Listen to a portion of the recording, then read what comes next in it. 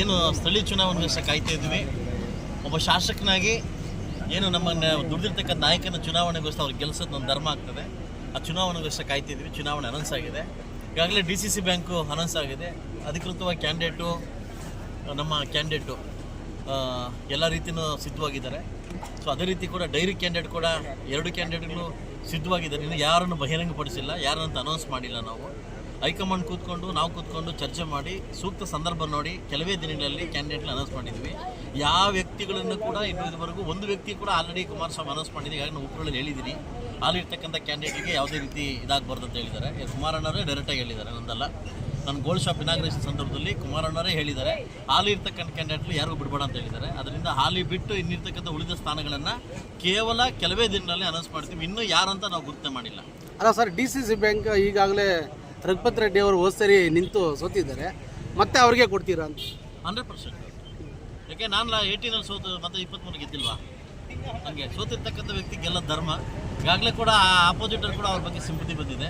ಅವರು ಕೂಡ ನನ್ನ ಹತ್ರ ಮಾತಾಡಿದ್ದಾರೆ. ಲಾಸ್ಟ್ ಟೈಮ್ ಬಿಟ್ಕೊಟ್ಟಿದ್ದಾರೆ, ಈ ಸರಿ ಬಿಟ್ಕೊಡೋಕ್ಕೆ ನಾವು ಟ್ರೈ ಮಾಡ್ತೀವಿ ಅಂತ ಹೇಳಿ. ಯಾರು ಸರ್ ಕೇಳಿ ಬಹಿರಂಗ ಪಡಿಸೋಕ್ಕಾಗಲ್ಲ, ಕೇಳಿದ್ದಾರೆ.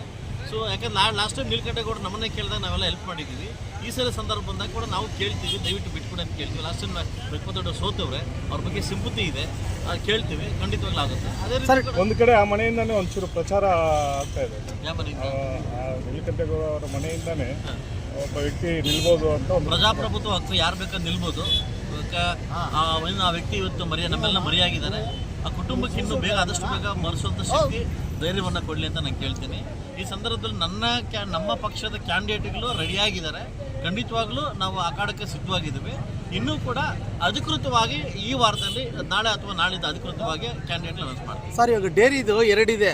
ಒಂದು ಆಲ್ರೆಡಿ ಹಾಲಿ ಅವ್ರಿಗೆ ಕೊಡ್ತಾರೆ, 2ನೇ ಜಾಸ್ತಿ ಫೈಟ್ ಬಿದ್ದಿದೆ ನನಗಂತ ಪಕ್ಷದಲ್ಲಿ ಕೇಳ್ತಾ ಇದ್ದಾರೆ ಅಂತ ಒಂದು ಮಾಹಿತಿ. ಇಡೀ 224 ಕ್ಷೇತ್ರದಲ್ಲಿ MLA ಕ್ಯಾಂಡಿಡೇಟ್ಗಳು ಹೈಯೆಸ್ಟ್ ಕ್ಯಾಂಡಿಡೇಟ್ ಇದ್ದು 36 ಜನ ಬಂದು ಮುಳುಬಾಗ್ಲಲ್ಲಿ. ಅವರು ಕ್ಯಾಂಡಿಡೇಟ್ಗಳು, ಅಭ್ಯರ್ಥಿಗಳಲ್ಲ. ಅಭ್ಯರ್ಥಿ ಯಾರು ನಾವು ಘೋಷಣೆ ಮಾಡ್ತೀವಿ ಅವ್ರ ಅಭ್ಯರ್ಥಿ. ನಾವಿನ್ನೂ ಯಾವ ವ್ಯಕ್ತಿಗಳನ್ನು ಅಭ್ಯರ್ಥಿಗೆ ಘೋಷಣೆ ಮಾಡಿಲ್ಲ. ನಮ್ಮಲ್ಲಿ ಫಸ್ಟ್ ಆಫ್ ಆಲ್ ಗೊಂದಲ ಇಲ್ಲ. ಗೊಂದಲ ಇದ್ರೂ ಕೂಡ ಭಗವಂತ ನನ್ನ ಶಕ್ತಿ ಕೊಟ್ಟಿದ್ದಾನೆ, ನಮ್ಮ ಪಕ್ಷಕ್ಕೆ ಶಕ್ತಿ ಕೊಟ್ಟಿದ್ದಾನೆ, ಬಗೆಹರಿಸೋ ಶಕ್ತಿ ಕೊಟ್ಟಿದ್ದು ಬಗೆಹರಿಸ್ತೀನಿ. ಶಾಮೇಗೌಡರು ಅಂತ ಹೇಳಿ ಆಲ್ರೆಡಿ ಅಲ್ಲ, ಶಾಮೇಗೌಡರು ಕೇಳಿದ್ದಾರೆ, ಮನೆ BMC ಗೌಡರು ಕೇಳಿದ್ದಾರೆ, ಗೊಲ್ಲಳ್ಳಿ ಜಗದೀಶ ಕೇಳಿದ್ದಾರೆ.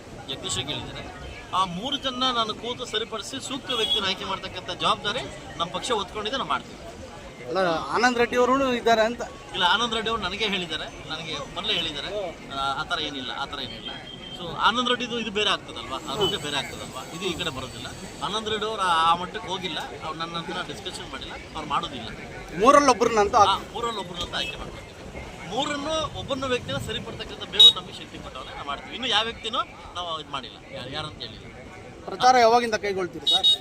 ಪ್ರಚಾರ ಯಾವಾಗಿಂದ ಕೈಗೊಳ್ತೀರಾ? ಇದೇ ವಾರದಲ್ಲಿ ಎಲ್ಲ ಚರ್ಚೆ ಮಾಡಿ ಎಲ್ಲ ರಥವನ್ನು ನಾವು ರೆಡಿಯಾಗಿ ಕೂತು ನಿಮ್ಮನ್ನು ಕರ್ಕೊಂಡು ಪ್ರಚಾರ ಮಾಡ್ತೀವಿ. Okay sir, thank you.